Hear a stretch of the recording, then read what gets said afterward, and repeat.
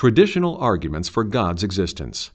Everything is contingent, for it is equally possible that they will exist or not exist. Anything can exist anytime and anywhere, in any form and with any character. Nothing or no one has a role in determining the way, time, and place of its coming into existence, or its character and features. So there must be a power that chooses between a thing's existence and non-existence, giving it unique characteristics. This power must be infinite, have absolute will, and all-comprehensive knowledge.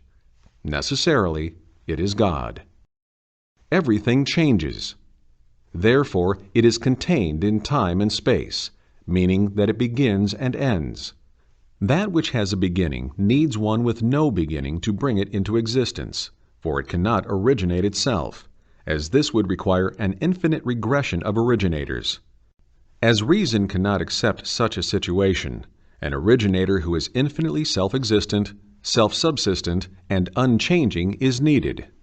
This original originator is God. Life is a riddle. Scientists cannot explain it with material causes or discover its origin. And transparent, it displays a creative power. Given this, life declares, God created me. Everything that exists, and the universe as a whole, display a magnificent harmony and order in themselves and in their interrelationships. The existence of one part necessitates the existence of the whole, and the whole requires the existence of all parts for its own existence. For example, a deformed cell may destroy an entire body. Similarly, a pomegranate requires the collaborative and cooperative existence of air, water, soil, and the sun, as well as their mutual and well-balanced cooperation for its existence. This harmony and cooperation point to a creator of order, who knows the relationships and characteristics of everything, and who can order everything. The creator of order is God. All of creation exhibits an overwhelming artistry of dazzling worth.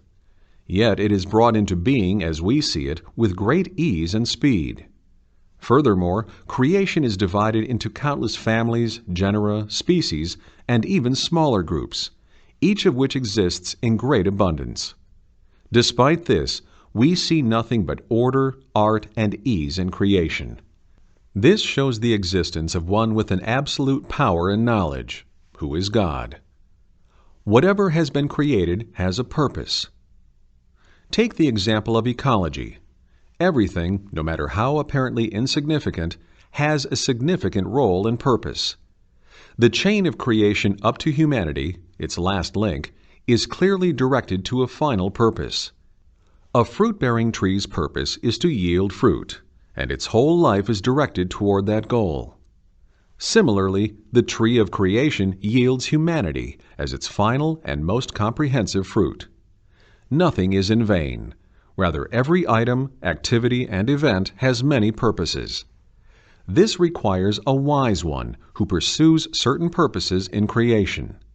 Since only humanity can understand those purposes, the wisdom and purposiveness in creation necessarily point to God.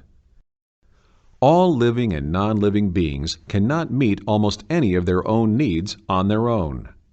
For example, the universe can operate and maintain itself only by such universal laws as growth and reproduction, gravitation and repulsion. But these so-called natural laws have no actual external, visible, or material existence. They are nominal. How can something nominal, completely devoid of knowledge and consciousness, be responsible for such a miraculous creation that requires absolute power and absolute knowledge, wisdom, choice, and preference? So one who has all of these attributes has established these natural laws and uses them as veils to cover his operations for a certain purpose. Plants need air and water, as well as heat and light, to survive. Can they fulfill their own needs? Humanity's needs are infinite. Fortunately, all of our essential needs, from our beginning in the womb to death, are met by someone who is able to meet them and chooses to do so.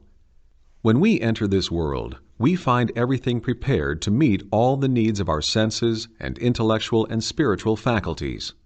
This clearly shows that one who is infinitely merciful and knowledgeable provides for all created beings in the most extraordinary way, and causes all things to collaborate to that end. All things in the universe, regardless of distance, help each other.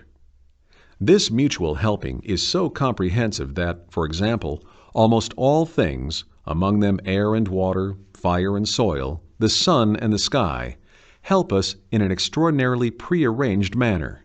Our bodily cells, members, and systems work together to keep us alive. Soil and air, water and heat, and bacteria cooperate with each other to benefit plants. Such activities, which display knowledge and conscious purpose by unconscious beings, show the existence of a miraculous arranger. That one is God. Before humanity began to overpollute the air, water, and soil, the natural world was cleansed and purified continually. Even now, it still preserves its original purity in many regions, mostly where modern life has not yet taken hold. Have you ever wondered why nature is so clean? Why are forests so clean, even though many animals die in them every day? If all flies born during the summer survived, the earth would be covered completely with layers of dead flies.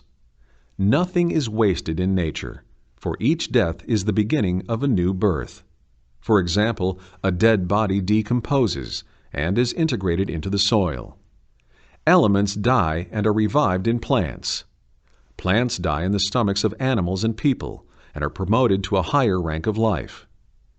This cycle of death and revival is one factor that keeps the universe clean and pure.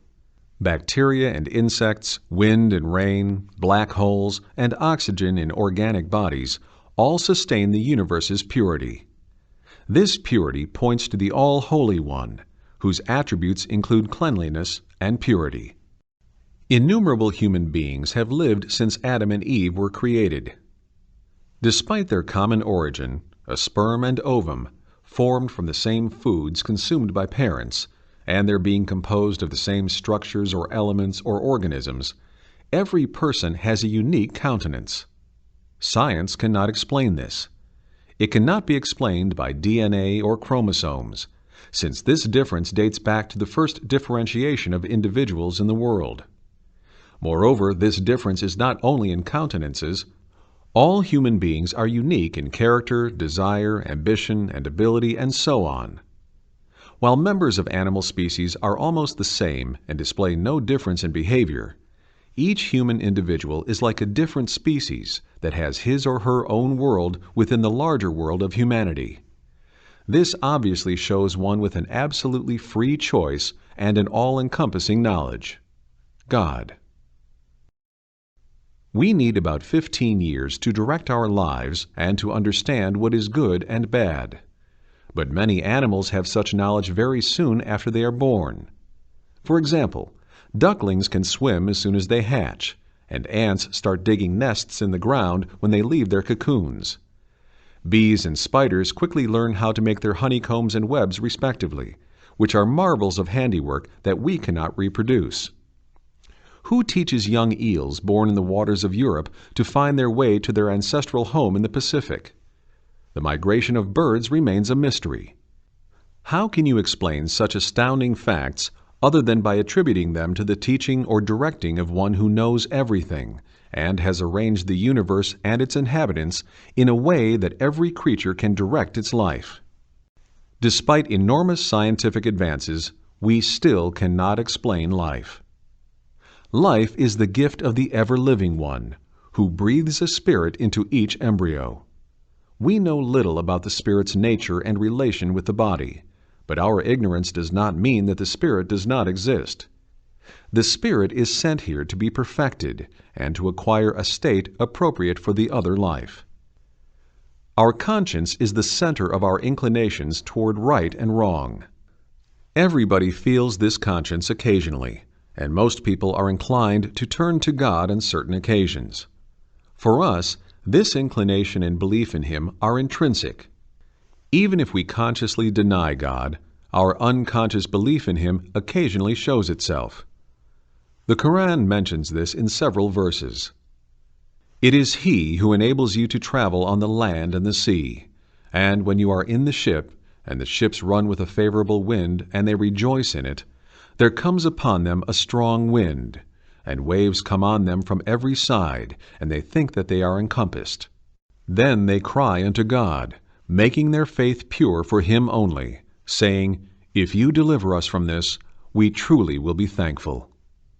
Then Abraham broke them, the idols, into pieces, all except the large one, so that they might turn to Him. When they returned and saw this, they said, Who has done this to our gods? Surely it must be some evildoer. They said, We have heard a youth talk of them. He is called Abraham. They said, Then at once bring him before the eyes of the people, so that they may testify. When Abraham was there, they said, Is it you who has done this to our gods, O Abraham? He said, Nay, their chief has done it, so ask them if they can speak. At once they turned to themselves and said, You are the wrongdoers. Then they were utterly confounded, and said, O Abraham, you know that these do not speak. Abraham said, Do you then worship besides God those things that cannot profit in anything at all, nor harm you? Woe unto you, and all that you worship instead of God! Do you not use your intelligence? They said, Burn him immediately, and protect your gods if you are doing anything. So the human spirit and conscience are a strong argument for the existence of one God.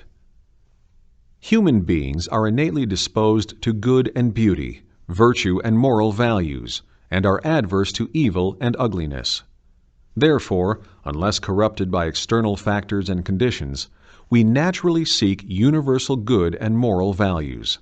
These turn out to be the same virtues and morality promulgated by all divine revealed religions. As history witnesses, humanity always has had some kind of religion. Just as no other system has superseded religion in human life, the prophets and religious people always influenced us the most, and have left indelible marks on us. This is another irrefutable proof for the existence of one God. We feel many intuitions and emotions that are messages from immaterial realms. Among them, the intuition of eternity arouses in us a desire for eternity, which we strive to realize in various ways. However, this desire can be realized only through belief in and worship of the Eternal One who inspired it. True human happiness lies in satisfying this desire for eternity. If a few liars come to us several times and tell us the same things, we may, in the absence of reliable information, believe them. But when tens of thousands of prophets who never lied, hundreds of thousands of saints, and millions of believers, all of whom have adopted truthfulness as a most essential pillar of belief, and then agree on God's existence, is it reasonable to reject their testimony and accept the individual reports of a few liars? The proofs for the Quran's divine origin are also proofs for God's existence. The Quran teaches with great emphasis and focus, as indeed do the Bible's Old and New Testaments, the existence of one God. In addition, tens of thousands of prophets have been sent to guide humanity to truth. All were justly renowned for their truthfulness and other praiseworthy virtues, and all gave priority to preaching the existence and oneness of God.